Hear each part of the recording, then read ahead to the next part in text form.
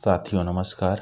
जैसे कि आज हम फिर से कक्षा 10वीं का चैप्टर जो थर्ड है एक्सरसाइज उसका 3.3 का कुछ सवालें हैं उसको आज हम हल करेंगे, जिसमें देखेंगे कि कुछ समस्याएं हैं।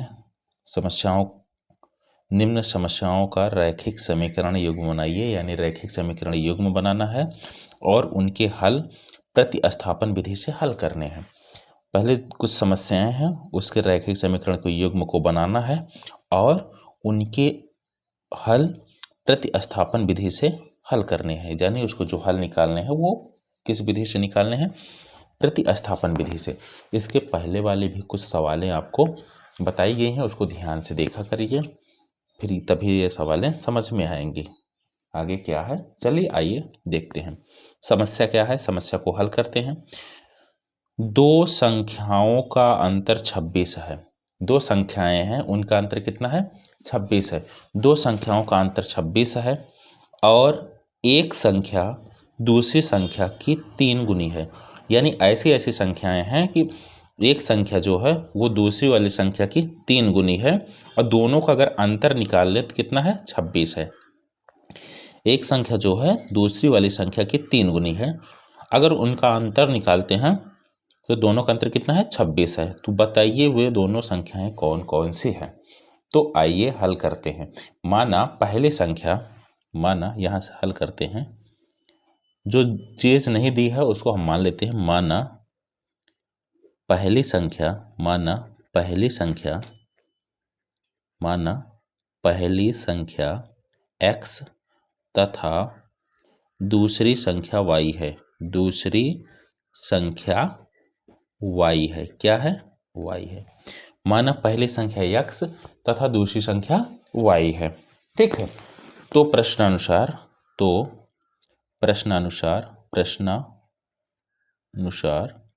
तब प्रश्नानुसार क्या हो जाएगा?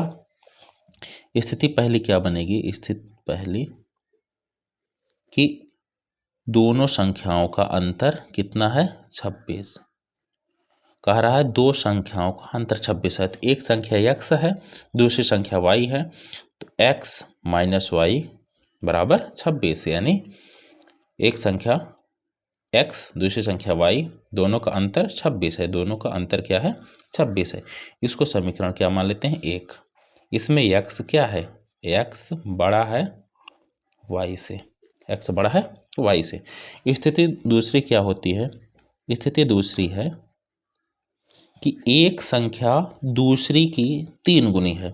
यानी x y के बराबर अभी नहीं है, क्योंकि x बड़ा है तो y तभी छोटा ही है। तो इसमें 3 गुनी है तो इसमें 3 से गुना करना पड़ेगा।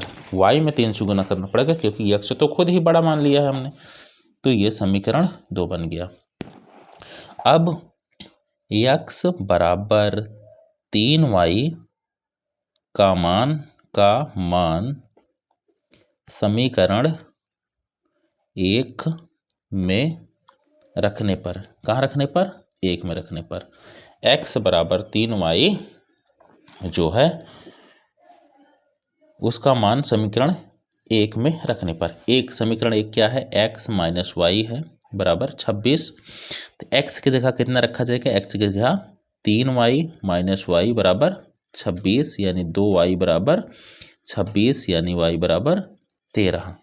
अब देखिए यहाँ हम थोड़ा सा लगा रहे हैं क्योंकि स्पेस नहीं है। y बराबर 13 का मान समीकरण 2 में रखने पर, 2 में रखेंगे तो समीकरण 2 क्या है? x बराबर 3y, x बराबर हो जाएगा 3 गुना 13, यानी x बराबर 13 3 39। इस प्रकार हमारा एक संख्या 13 आ गई, दूसरी संख्या क्या आ गई? 39 आ गई। एक संख्या 13, दूसरी संख्या 39। अतः पहली संख्या x बराबर 39 और दूसरी संख्या y बराबर 13। देखिए 39 में 13 घट जाएगा तो 26 आएगा, यानी दूसरी संख्या घट जाएगी पहले संख्या में तो 26, दोनों संख्याओं का अंतर 26 मिल गया। एक संख्या दूसरी संख्या के 3 गुनी है तो 13 3 39, 3 गुना है। इस प्रकार आगे दूसरी समस्या है, उसको भी हल करते हैं, देखते हैं उसमें क्या होता है। ये समस्याओं को हमने हल किया। पहली बात, रैखिक समीकरण युग्म बनाना है और उनका हल प्रतिस्थापन विधि से ज्ञात करना है। प्रतिस्थापन विधि से क्या करना है? ज्ञात करना है, ज्ञात करना है। आइए इसको देखते हैं। दो संपूरक कोणों में बड़ा कोण छोटे कोण से 18 डिग्री अधिक है। संपूरक कोण वो होते हैं जिन दो कोणों का योग 180 अंश के बराबर होता है। तो कोई एक बड़ा कोण है, कोई एक छोटा कोण है। तो दिया है कि दो संपूरक कोणों में बड़ा कोण छोटे वाले कोण से 18 डिग्री अधिक है, यानी बड़ा वाला कोण छोटे वाले से 18 डिग्री अधिक है। तो आइए इन्हें हल करते हैं कि दोनों कितने कितने अंश के कोण हैं, बड़ा कोण भी छोटा कोण भी। तो हल क्या करते हैं? हल करते हैं। हल में क्या है कि दो संपूरक कोणों में बड़ा कोण x तथा छोटा कोण y डिग्री है। बड़ा कोण x डिग्री और छोटा कोण y डिग्री है। ठीक है। अतः स्थिति पहली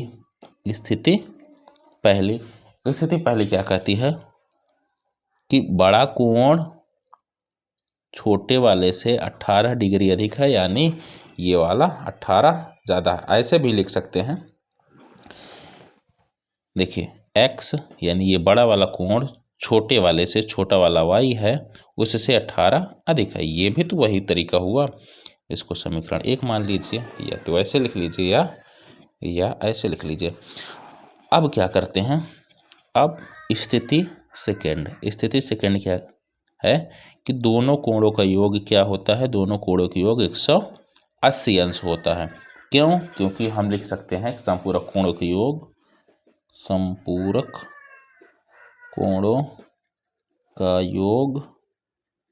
180 डिग्री होता है। अब ये समीकरण 2 हो गया। तो समीकरण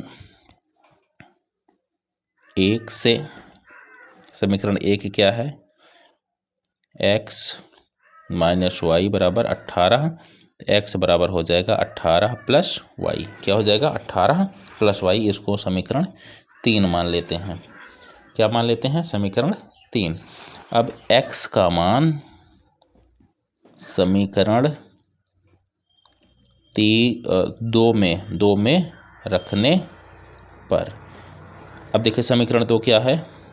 समीकरण 2 ये है x प्लस वाई बराबर 180।